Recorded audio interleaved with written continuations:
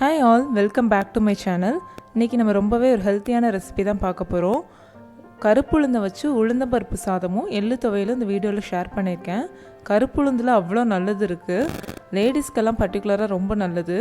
ஏஜ்டட் ஆன கேர்ள்ஸுக்கெல்லாம் வந்து இது செஞ்சு கொடுப்பாங்க. பேக் போன்ஸ் எல்லாம் நல்லா ஸ்ட்ரென்தன் ஆகும்.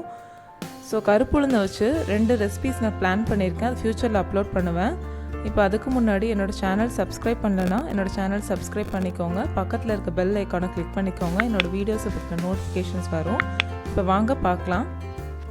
கருப்புளுந்து வந்து 1 கப்புக்கு கொஞ்சம் கம்மியாக எடுத்திருக்கேன். அரிசி வந்து 1.25 கப் எடுத்திருக்கேன். துருவிய தேங்காய் அது 1 கை ஃபுல்லாக எடுத்துக்கோங்க. சீரகம் வந்து 1 டீஸ்பூன் ஃபுல்லாக எடுத்துக்கோங்க. வெந்தயம் 1/4 டீஸ்பூன், உப்பு தேவையான அளவு, பூண்டு ஒரு 6லேருந்து 7 பூண்டு எடுத்துக்கோங்க. இப்போ அந்த உளுந்தம்பருப்பை பேனில் ட்ரை ரோஸ்ட் பண்ணணும் ஃபஸ்ட்டு. ஸோ அதுக்காக நான் வந்து பேனை ஹீட் பண்ணிட்டேன். எண்ணெய் எதுவுமே ஊற்றக்கூடாது.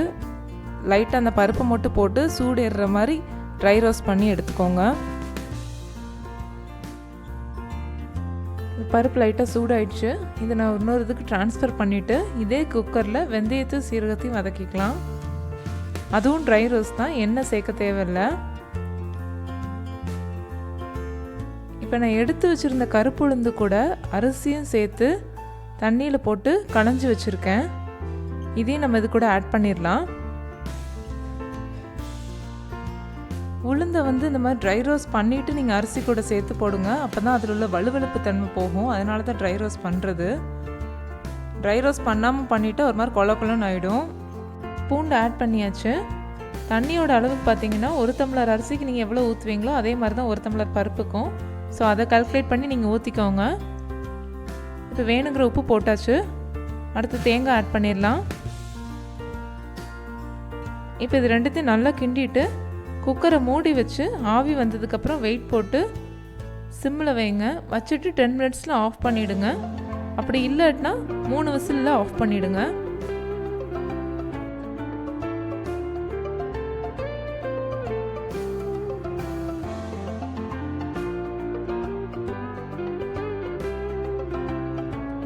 குக்கரில் சைடில் சாதம் ரெடி ஆகிட்டுருக்கு. நம்ம எள்ளு துவையல் பார்த்துடலாம். அதுக்கு தேவையானது பெருங்காயப்பொடி, தேங்காய், உப்பு, புளி, வெள்ளை உளுந்து, மிளகாய் வற்றல், எள்ளு.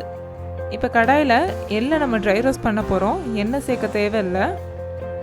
எள்ளு நல்லா வெடித்ததுக்கப்புறம் அதை ட்ரான்ஸ்ஃபர் பண்ணிவிட்டு அதே கடாயில் எண்ணெய் விட்டு மிளகாய் வற்றலை வதக்கி எடுத்துக்கலாம். லைட்டாக மிளகாய் வற்றலையும் நம்ம வெள்ளை உளுந்தையும் தனித்தனியாக தான் வதக்கணும். அப்போ தான் நல்ல ஃப்ளேவர் கொடுக்கும். இப்போ உருட்டு உளுந்து ஆட் பண்ணியாச்சு. இது கூடவே பெருங்காய பொடியும் போட்டு வதக்கிக்கோங்க. உங்களுக்கு சப்போஸ் துவையல் கெடாமல் இன்னும் கொஞ்சம் நேரம் வேணும் அப்படின்னா தேங்காவை லைட்டாக வதக்கி எடுத்துக்கோங்க அரைக்கிறதுக்கு. நான் இப்போ தேங்காவை பச்சையாக தான் எடுத்திருக்கேன். இப்போ ஜாரில் வதக்கினதை எடுத்துக்கிட்டு அது கூட தேங்காய், புளி, உப்பு சேர்த்து ஃபஸ்ட்டு ஒரு சுற்றிக்கலாம். சுற்றினதுக்கப்புறம் நீங்கள் எல்லாம் ஆட் பண்ணுங்கள். எல்லாம் ஆட் பண்ணிவிட்டு லைட்டாக தண்ணி ஊற்றி அரைச்சிக்கோங்க.